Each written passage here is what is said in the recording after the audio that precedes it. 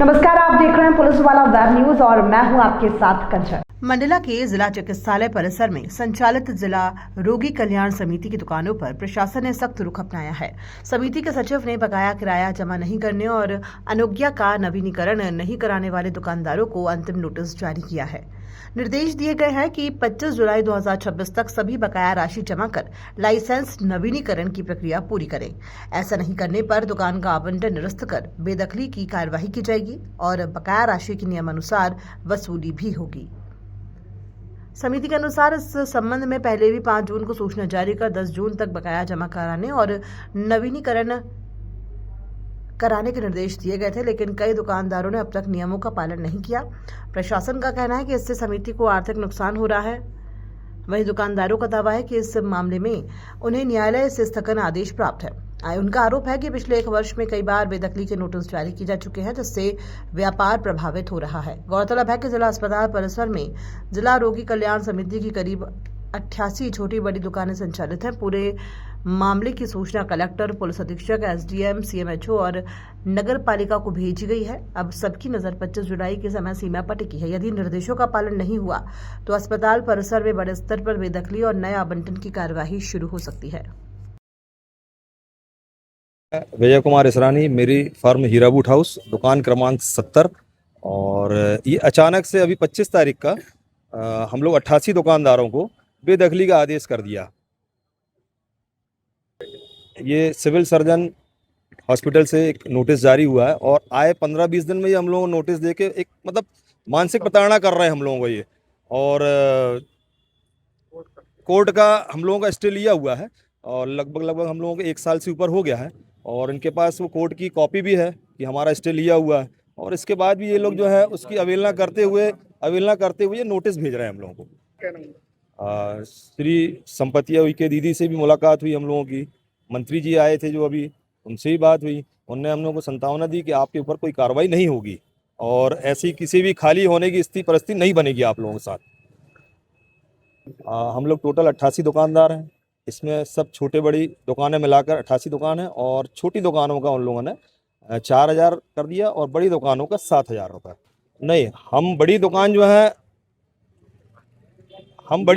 है वो है मतलब जो है आपके उच्चतम बोली पे हम लोगों ने दुकान ली थी। और जैसे मैं अपनी दुकान उच्चतम बोली पे जब लिया तो 4 लोग रनर थे, तो उसमें रनर फर्स्ट मैं था। तो हमने दुकान खरीदी है, नीलामी में दुकान खरीदी है, ना कि इनके एहसान के हिसाब से लिए हम लोगों ने कि भैया हम लोगों ने दान में दिए दुकान ने। और जो छोटी दुकान है वो छोटी दुकानों को विस्थापित किया गया है और उनके पास विस्थापित लेटर भी है कि वो उनके पास जो छोटी दुकान यहाँ थी पहले, तो यहाँ से हटा के उनको वहाँ दिया गया।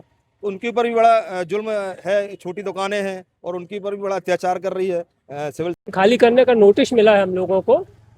और क्या है, लगभग दुकान हमारी 20 साल पहले हमको मिली थी पुनर्विस्थापन के तहत। उसके 10 साल पहले हमारा ठेला था, उसकी जगह में हमको वो दुकान आवंटित की गई थी लाठी सिस्टम से और पैसे लिए गए थे किस्त में हमारे।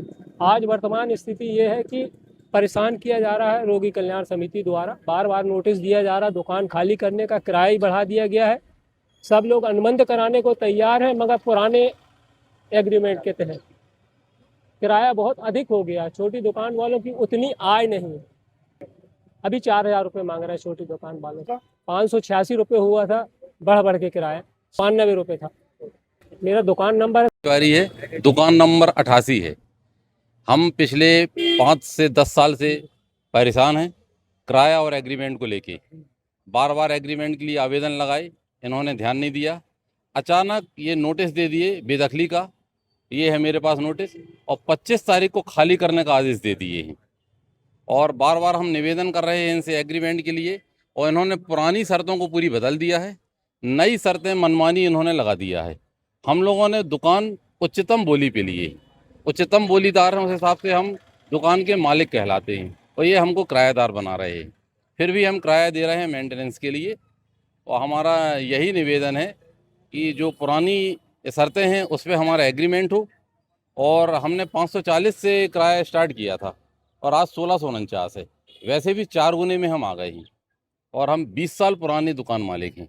ये अचानक खाली करने का आदेश दे दिए हैं। ये सिविल सर्जन, इनके द्वारा आदेश दिया गया है और बोला गया है कि 25 तारीख तक आप दुकान खाली कर दें। हम तो आला अधिकारी से भी इस पे सब बात की है इस विषय में, तो अभी वहाँ से कोई ठोस जवाब हमको नहीं मिला है।